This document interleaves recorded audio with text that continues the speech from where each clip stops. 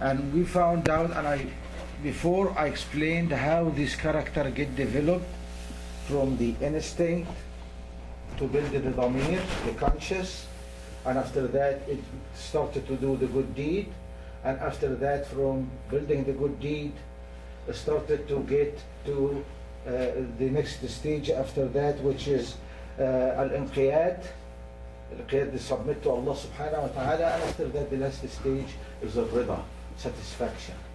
And I was talking about, started few khutbah before, about what is the character of this, and we found out that has nothing, this character, the Muslim character, has nothing to do with any nationality, background, language, level of education. The character is one.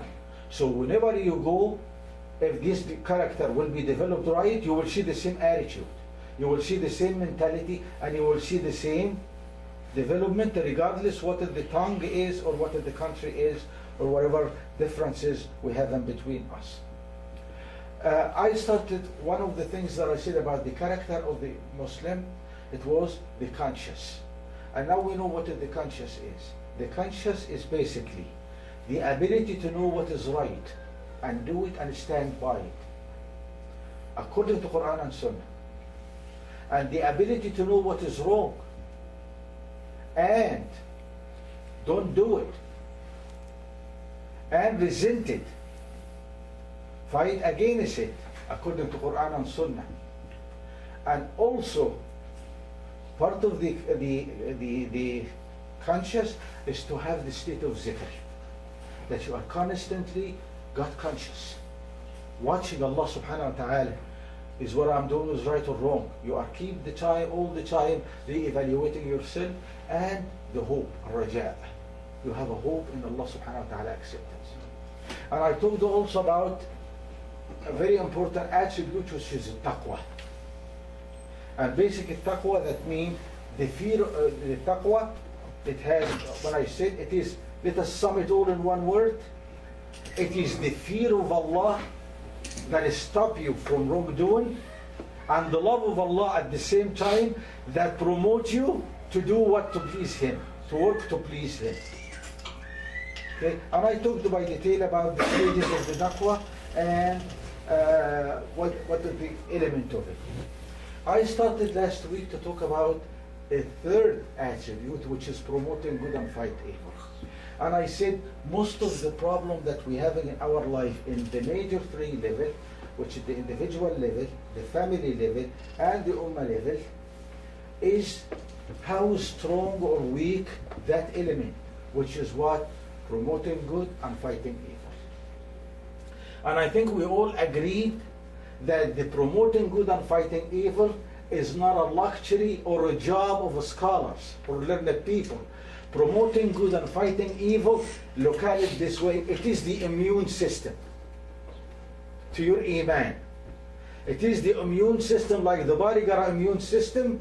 The immune system to your family is promoting good and fighting evil.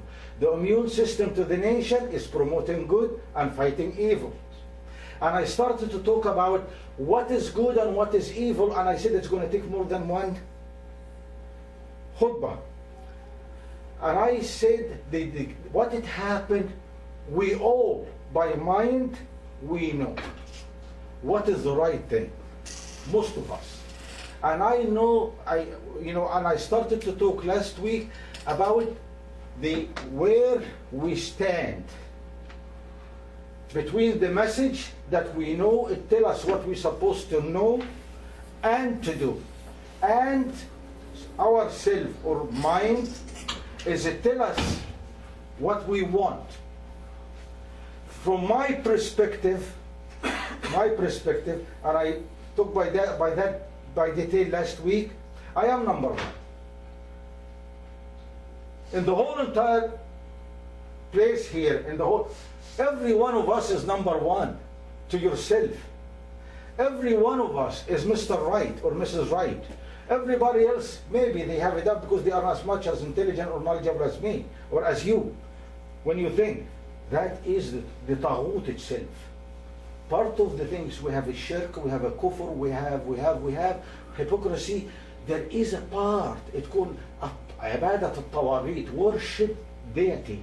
When you start to worship yourself, that is a part of it. فأنت تهدي من اتخذها إلهه هواه. Have you ever? You will be able to guide who really consider he worship himself. So going back, we said that the mind, any mind of us, have a certain function. He is telling you what is the good for you. And he is trying to protect you. Right? And help you to select what it can be pleasure to you or it can be satisfying to you. And we found out that I cannot do that without violating anybody else's right. What does the mind say? When I go to a shopping center and pick up something and leave, that is the best thing that I can do. Why? I got what I want with less expense. Or in this case, no expense. But by doing that, I violate somebody else's right. And that's called stealing. And after that, we found out that the mind started to do what? Started to give explanation to what happened and give a justification to the behavior. Once you have the justification, you will never correct your mistakes. You will keep going, do it. And you hear that a lot. Everybody is doing it. Look at this. Why you don't pick on me? And all of that stuff. What is the next stage? Get used to it. Automatically, you already killed or drugged your conscience, so you keep on going. Doing it. The worst is the stage after that when somebody comes to wake you up. You will viciously fight them back. And this is maybe can give explanation why. Messengers and prophets and Salihin, when they talk, and instead of the people accept what they're saying, they do what? Attack them. Because they are waking you up.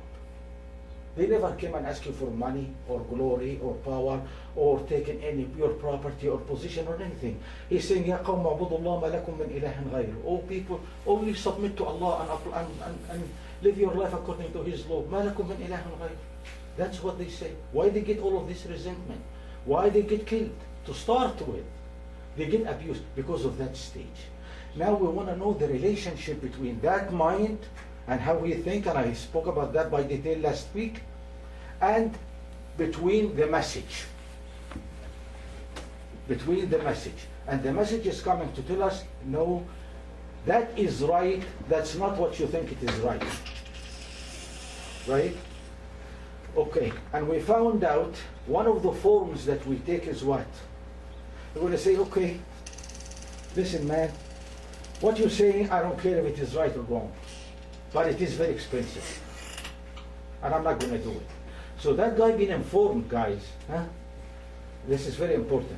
Being informed, understood, and took decision. That's classified as a kafir. A kafir is the one who knows the truth and put a layer on the top of it. And this is why they call the farmer kafara. A seed.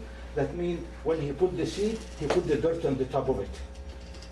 That's the word the kafara means. So you have what? Committed blasphemy.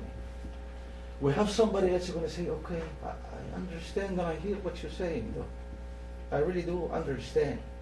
But listen, I have needs. Okay? I have needs. And in between, let us cut corners here. Let us negotiate. Let us negotiate, okay? And the mind gonna go, well, that's an old time things. That was good before, but it is not good now. All of this question, there is an answer to it. Allah sent the message to me, the human being nature, not the human being circumstances. Circumstances change every second. And He is ordering you to change the environment and to change with it. But when it comes to the essence, when I say take care of your father, can you identify that belongs to a certain nationality, a certain people, a certain group, a certain language, a certain age? That's a human being nature. So the second category going to come and says what? All right, I understand what you're saying here, right? But at the same time, I have to look after myself too. So let us just find out something, right? And that's it called what? The mushrik, associate. And that is, the shirk is worse than the high blood pressure, because it is the silent killer. The kafir know. The kafir already know. He said, listen, don't bother me. I'm not going to bother you, or I'm going to bother, but I'm number one, get out of my face. You want me to pay to this and to do this and to do that? No. Out. So he is alert. He knows what he's doing. The second category, no. The mushrik most of the time does not know that he's a mushrik. And he's doing everything. He's doing the fasting, he's doing the prayer, he's doing the hajj, he's doing this. But the bottom line, to make the long story short from the khutbah, how we know? How we know if we have Allah subhanahu wa ta'ala saying, وَمَا يُؤْمِنُ أَكْثَرَهُمْ إِلَّا وَهُمْ بِاللَّهِ مُشْرِكُونَ. That's a disaster. The majority of the people that they will claim, believe, they will commit a shirk, association. How you know? There is one single measure you can do. Use it and find out, test by who you obey. سمعنا وأطعنا or سمعنا وعصينا. We hear, we obey, or we hear, we disobey or delay. There is after that another category which is called hypocrisy, and that is Allah subhanahu wa ta'ala in Surah Al-Baqarah in the beginning very vividly identify the believer. And when it comes to the kafir, the category that I was talking about, he just two lines. إِنَّ الَّذِينَ كَفَرُوا سَوَاءٌ عَلَيْهِمْ أَنذَرْتُمْ أَمْ لَمْ تُنذِرْهُمْ لَا يُؤْمِنُونَ. That guy knows what he's doing, don't bother. But when it comes to hypocrisy, he gives 13 attributes. You see the disaster? 13 attributes. That means what? You have to watch what you are doing, because you can be right in it too. In category number 2 or category number 3.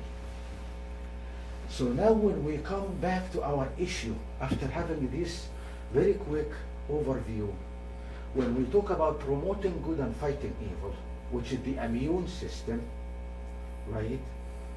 You better know yourself and how you think and what you're supposed to do. And this is why all the time you're going to hear me saying, please, never do what you think it is right. Only do what you know it is right. You don't have to be a scholar. And I'm going to give you a very quick example. I know that I'm very limited on time, but I have to drive this to you, between what you think you are right and what you think it is right. You take an issue as adultery, and a crime like killing with attempt. You kill somebody with attempt. For proving the killing, all you need one sound person give a full testimony to what happened. If you ask which one is more dangerous, a crime, killing or adultery, definitely killing. Definitely killing. For proving in a court of law the killing, I need one person. But for the adultery, I need 4. So for the less crime, I need 4 witnesses. And for the big crime, I need only 1. If I'm going to use the common sense, what's going to be the judgment? Use the 4 for killing, and for adultery 1. You see the difference between what I think it is right and what is right? You go, for instance, who is more important? Fasting or prayer? There are 2 in the whole entire Sharia, from A to Z. There is only 2 exceptions after the Shahada. Only every single law in the Sharia have exception. Except 2. Adultery and prayer. Prayer doesn't have exception. You don't have a wudu, do what? Tayammum. You can't pray standing, sit. You can't sit on your side. You can't sit on your side in your back. You can't in your back by your tongue, by your eyes. You can't by your tongue. You can't by your soul. No exception.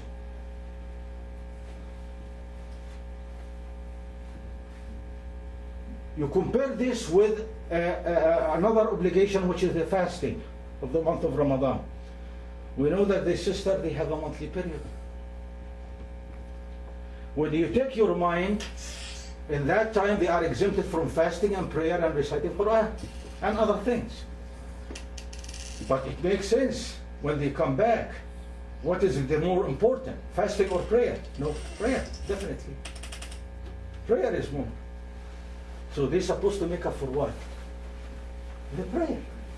But they were commanded to make up for what? The fast. And not to make the prayer. If I'm going to use my common sense, what I'm going to do? I'm going to make up for the prayer, not for the fast. You see the value of following Sharia? And this is why I'm saying, please, never do what you think it is right. Only do what you know it is right. Allah subhanahu wa ta'ala and His Messenger said you make up for fasting, you make up for fasting. Don't make up for prayer, don't make up for prayer. So now, all of these challenges that you're having to apply the message. So it is obvious when you come to promote good and fight evil, I'm going to tell you this, there is nothing easier that you go to one of those Islamic bookstores and have a good book in Sharia, one of the good ones, a wholesome one, right? And stay home for a couple of weeks and read them day and night and come out and point your finger to everybody. That's not promoting good and fighting evil. That never been and will never be. And remember, every time you point your finger to somebody, the second one coming right back at you. That means what? Promoting good and fighting evil is a mandatory requirement of every single soul. Sayyidina Muhammad alayhi salatu wasalam saying what? كلكم راع وكلكم مسؤول عن رعيته. Everyone is responsible. Immune system, مناعة, جهاز مناعة, immune system.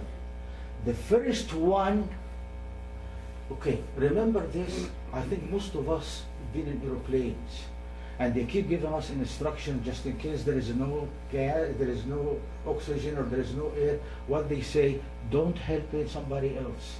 First put the mask for yourself, and after that turn around and help your child or help whomever you want to help. But first do what? Help yourself. If you don't have it, you can't get it. If you can't help yourself, how are you going to help others? أتأمرون الناس بالبر وتنسون أنفسكم وأنتم تتلون الكتاب? That is easy to point my finger and come and tell you you are wrong. There is nothing easier than that. But before you get to that, which is, I'm telling you, there is a complete science for that. School of thoughts in doing that. It is not just pointing fingers. You have to look after number one. If you love yourself, have mercy on yourself. Make sure that what you are doing, promote good and fight evil to yourself. Look after yourself first.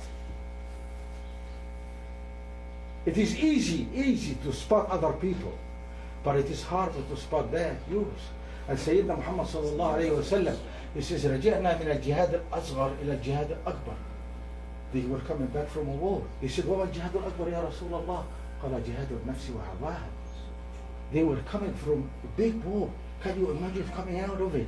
And he says, we came from the small one to the big one. What is the big one?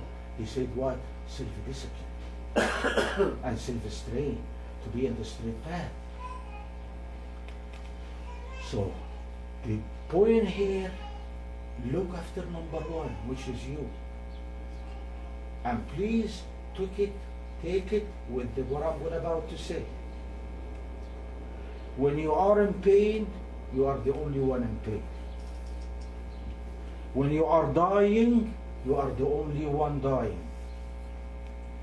Even if you have the best ever staff of medical or whatever, no one gonna help you except Ya Rab. When you are going to your grave, no one else gonna go with you. You are the only one who's gonna go there. And when you stay in the grave, no one else will stay with you. You're gonna be the only one. And when you meet your Maker, you're gonna be the only one. You might as well start to behave now with this content. Never under any circumstances disobey Allah to please yourself or to please other people or to get acceptance or approval from them. So the first, you have to look after yourself. After that, you look after your family. When you look after yourself, you will teach your family by examples. We all agree that the longest childhood is known to us is the mankind. Any other species keep up and running. Why? Because day in and day out, they observe and learn. And maybe some of you who take the little toddlers with them, 2 years and less, to the masjid. When you make sujood, they make sujood. When they stand on line, they stand on line. It's going to be a habit built on them. They don't know what they are doing. But down the road, you will teach them. But it's already in their character. Day in and day out. And you are coming now, and the kid is what, 14 or 15, and he's a taller than you, 2 times stronger than you, and come and say he is not obeying me. When I come to that stage, I'm not going to be a Mr. Nice Guy, because I'm going to have to go down there and do some surgery. A lot of parents come in with the attitude, the kids, they turned out from angels to whatever. No, they are not. They are an innocent human being and soul, you being trusted to develop, and maybe the job was not done right. Maybe you are guilty. You yourself are guilty. If they had what it takes, they wouldn't do that. And now you are coming so angry. They don't disobey me. They disobey me. I'm going to tell you this. If you yourself in a state of obedience to Allah, Allah will make the universe in a state of obedience to you. وَسَخَّرَ لَكُم مَا فِي السَّمَاوَاتِ وَمَا فِي الْأَرْضِ. You are in a state of obedience to Allah, and you want your child to be in a state of obedience to you. You want your wife to be in a state of obedience to you. Who you? Why? In this calculation of the universe, who you?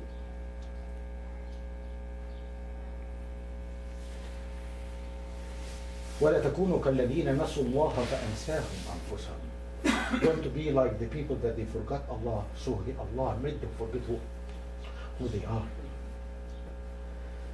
So for promoting good and fighting evil, go back.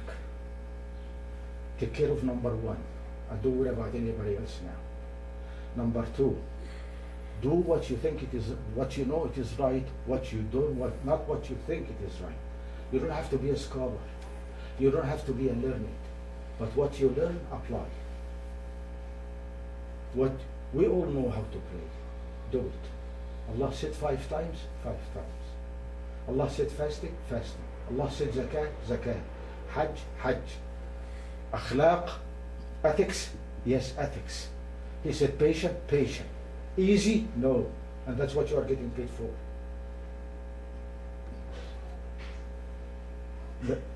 You have to select the right attitude. I'm not going to ask you go after yourself, and at the same time I'm not going to ask you indulge yourself. Please stop justifying your attitude. Please stop justifying your attitude. And you heard me saying it so many times. Now, by the way, I'm not talking to you. I'm talking to myself, but just loud. I want myself to hear myself, because maybe I am one of the, if somebody with mistakes and shortcomings, he's going to be me. May Allah forgive me and forgive you. Okay.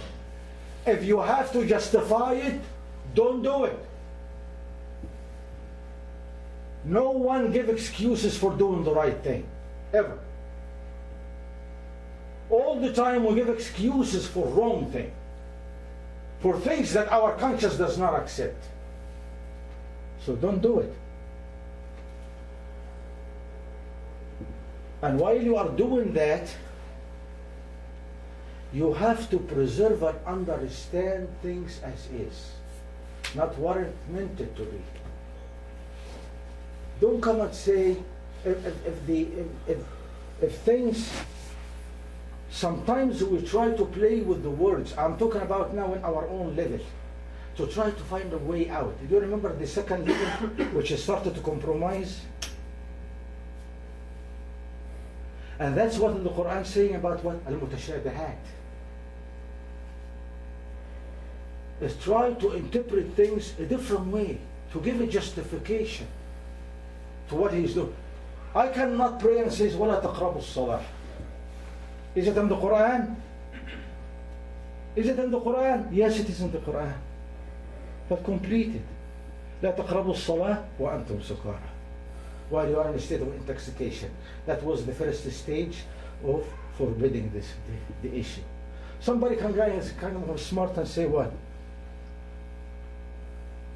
Is a fuel or drug in the Quran? No, it is not. Is whatever the pills that they take is in the Quran? Is champagne in the Quran? Is whiskey in the Quran? I'm going to say no. You're going to say, well, what's in the Quran is the word khamr. And what is khamr? Khamr is supposed to be what? The juice of the thing. That's the word khamr, the juice. So your apple juice, that's called khamr. But when you leave it to be rotten and alcohol comes in it, that is intoxicated material now. It is not khamr.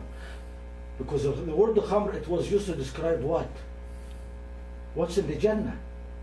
Rivers are from khamr. That means river from juice, milk and juice. But I'm playing now with the words. Why? Because I want to justify what I'm doing. I want to find excuses to work. Is it in the Quran? No, it is not in the Quran. So, well, it is your understanding then. So it is not forbidden. No. The Sharia says unanimously, whatever substance intoxicates the mind, it is forbidden. And even if the small amount, the large amount intoxicates the mind, the minute drop of it is a forbidden. More for us to know. There are some people, their biochemistry inside, they get intoxicated from the milk. For that group, milk is forbidden for them.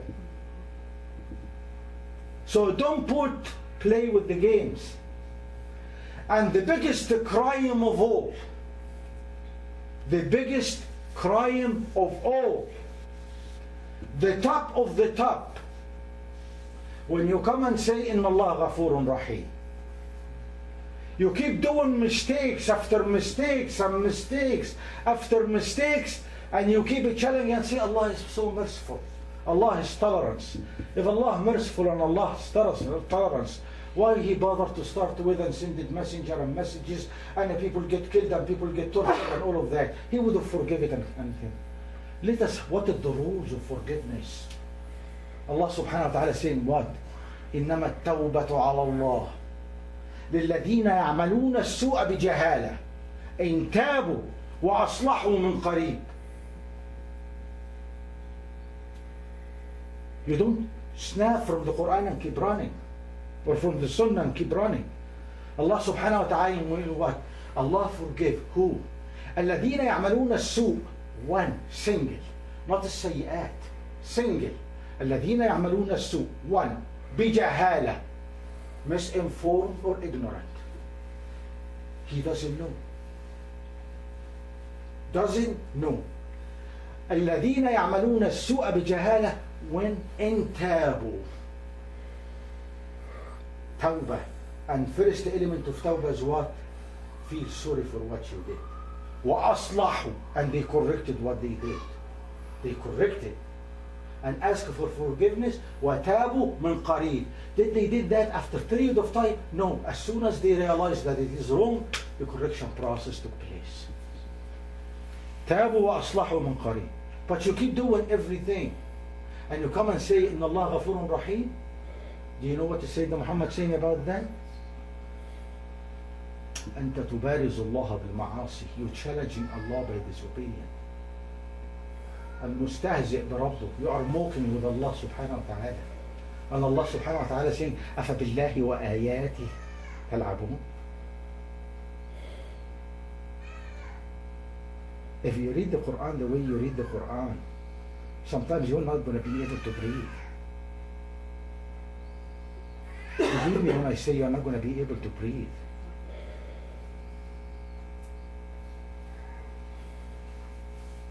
When Allah subhanahu wa ta'ala اقترب للناس حسابهم وهم في غفلة يلعبون. Their destiny is getting closer and closer, and they are absent-minded and play games. Do you think you are kind to yourself? Do you really think you love yourself?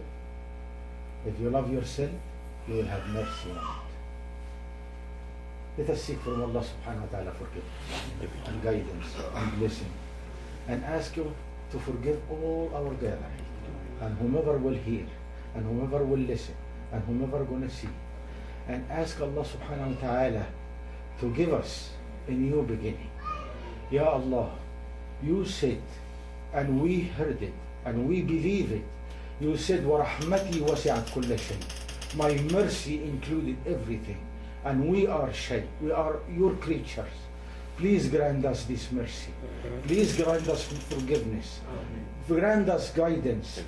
Give us the wisdom and the courage to study the teaching of the Holy Quran and the teaching of Sayyidina Muhammad sallallahu alayhi wa sallam, and apply them in our life, so we can live in peace and die in peace, and inshallah in the hereafter will be in peace, and will be among the companion of Sayyidina Muhammad sallallahu alayhi wa sallam in paradise.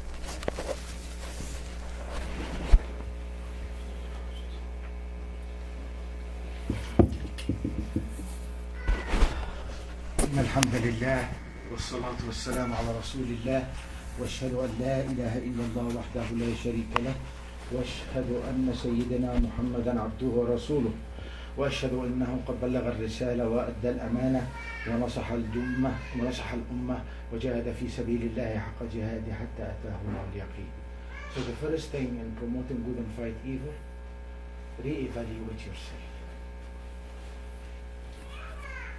يا أيها الإنسان إنك كادح إلى ربك كدحا فملاقيه. You're gonna meet your maker. You're gonna beat your maker. I don't want to make the khutbah long, but I want to finish it with this. There are, at the moment of death, when the soul comes out, and it is in the custody of the angel. By the way, in your life cycle, the only time you have the liberation of move, liberation of say, you have a will to do, is in this life. That time. The minute that you are out, وَجَاءَتْ كُلُّ نَفْسٍ مَعَهَا سَائِقٌ وَشَهِيدٌ.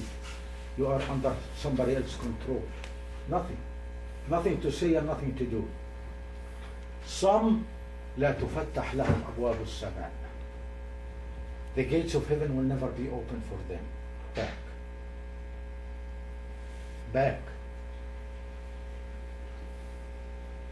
And some, they will go from one stage to another. The minute that you pass to the first, there are 7 major quality assurance you're going to have to go through. And you think it is easy. I don't want to make you desperate, but at the same time I want you to face reality. Sometimes we do a good deed because it makes us feel good. That's not acceptable from Allah. Maybe you passed, but you are going there. You're not going to pass the first quality assurance. You're not going to pass the second, the third, the fourth, the fifth, till the last level in the 7, when the angel will come, you say, Ya Allah, your servant passed the 7. That means he worked for you, that he did the lawful, that he did this, that he did not take mal al-yatim. 7 categories that any deed you do, it go through. It comes Allah subhanahu wa ta'ala saying, and the answer of Allah going to be what? You judge it by what you know. I will judge by what I know. Okay, you witness that he did not do this, he did not do this, he did not do this, he did this for this, he did this for this, and he did, and maybe you were right. But only me who knew the attention why he did it. And today I am going to accept or reject. You see the challenge you and I having? You see what's ahead of us? I hope this one can be an eye-opener. You've passed everything. اتخذت على الله عهدا أم تقولون على الله ما لا تعلمون. You've been promised by Allah, or you say what you don't know. After all that, and we are all the time living in what? Do or not to do. But in reality what? What you do will be accepted or not. Even in the last stage, Allah say, I know what was in the heart of my servant when he did it. Now to accept or to reject. And if Allah reject, what are you going to do? What is the universe going to do? ذلك هو الخسران المبين. اللهم ارحمنا من هذا الرحمة. Let us seek from Allah forgiveness and guidance. And ask Allah subhanahu wa ta'ala to bless our gathering. Forgive all our sin, all our ignorance, all our shortcomings. And give us a brand new start, a brand new beginning. Where we really start to build our own conscience. And we start to promote good and fight evil to our own soul. And take the first step to do that by starting reading the Quran and reading the Sunnah of Sayyidina Muhammad sallallahu alayhi wa sallam and applying what's in it.